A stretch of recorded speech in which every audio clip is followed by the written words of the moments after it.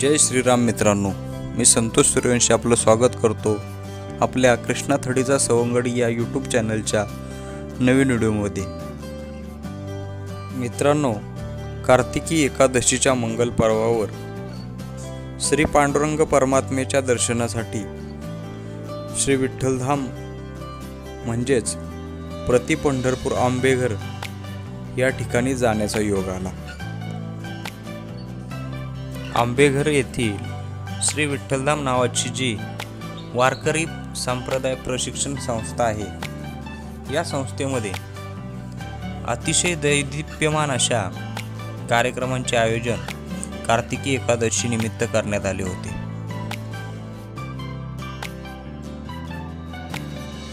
तेथे प्रवेश केल्यानंतर सर्वप्रथम श्री पांडुरंग परमात्मा आणि रखुमाई मातेच्या मूर्तींचे मनोभावे दर्शन घेतले। अतिशय उत्कृष्टपणे कलाकुसरीने पुष्पमालांची गुंफण करून या रावळाचा संपूर्ण गाभारा सुशोभित केलेला होता। फुलांची ही आरास पाहून मनाला आत्यंतिक आनंद झाला।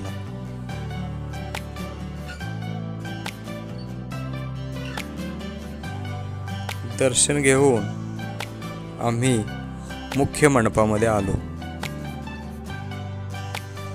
आश्रमाचा मुख्य मंडप हा अतिशय भव्य दिव्य असा असून मंडपाच्या प्रत्येक खांबावर सुबक असे नक्षीकाम केलेले आहे। त्याचबरोबर प्रत्येक 2 खांबांना जोडतील अशा महिरपी कमानी देखील या मंडपाच्या सौंदर्यात अजूनच भर घालतात। मुख्य मंडपातील उजव्या कोपऱ्यातील जिना चढून आम्ही कुतूहलाने या आश्रमाच्या इमारतीच्या दुसऱ्या मजल्यावर गेलो। त्या ठिकाणी या आश्रमामध्ये ज्ञानार्जन करणारे जे शिक्षार्थी आहेत त्यांच्याकडून थोडीशी माहिती मिळवण्याचा प्रयत्न केला। शिक्षार्थ्यांच्या वसतिगृहाला भेट देऊन आम्ही बाहेरचा परिसर बघण्यासाठी निघालो। या कार्तिकी एकादशीच्या मंगल पर्वावर अनेक ठिकाणाहून अशा पालख्या या प्रति पंढरपूर असलेल्या आंबेघरच्या आश्रमाला भेट देण्यासाठी येत होत्या।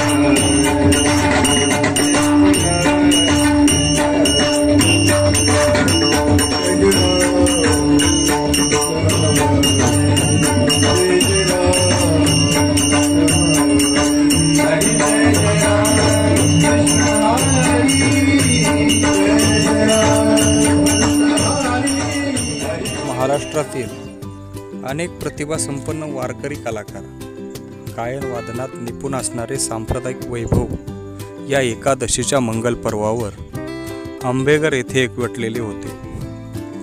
त्यांनी या कार्यक्रमाची उंची निश्चितच वाढवली.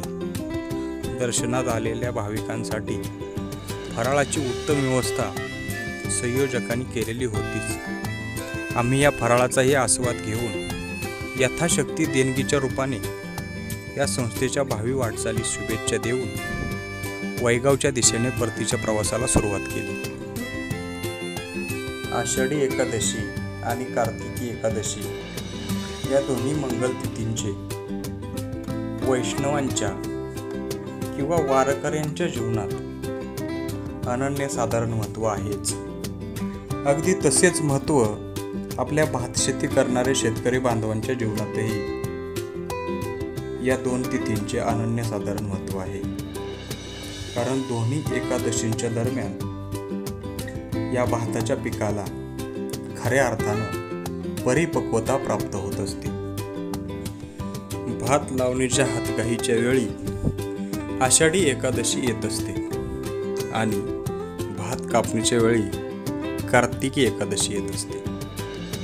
त्या दिवशी शेतकरी बांधव शेतातील कामे बंद ठेवून पांडुरंग परमात्म्याच्या नामस्मरणामध्ये उपवासामध्ये हा दिवस घालवत असतात.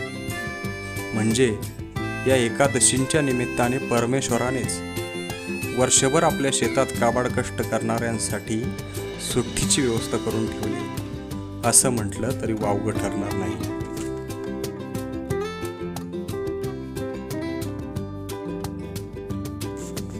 आपल्या सर्वांच्या जीवनातील दैनंदिन आहारातील अत्यंत महत्त्वाचा पदार्थ म्हणजे भात आहे. आपल्याकडे भातच म्हणतात याला, पण जे याला राईस म्हणतात ना, त्यांच्या माहितीसाठी या भात पिकाच्या उत्पादन प्रक्रियेमध्ये दोन महत्त्वाच्या प्रक्रिया आहेत, कापणी आणि जोडणी. त्या या व्हिडिओमध्ये दाखवण्याचा मी प्रयत्न केलेला आहे.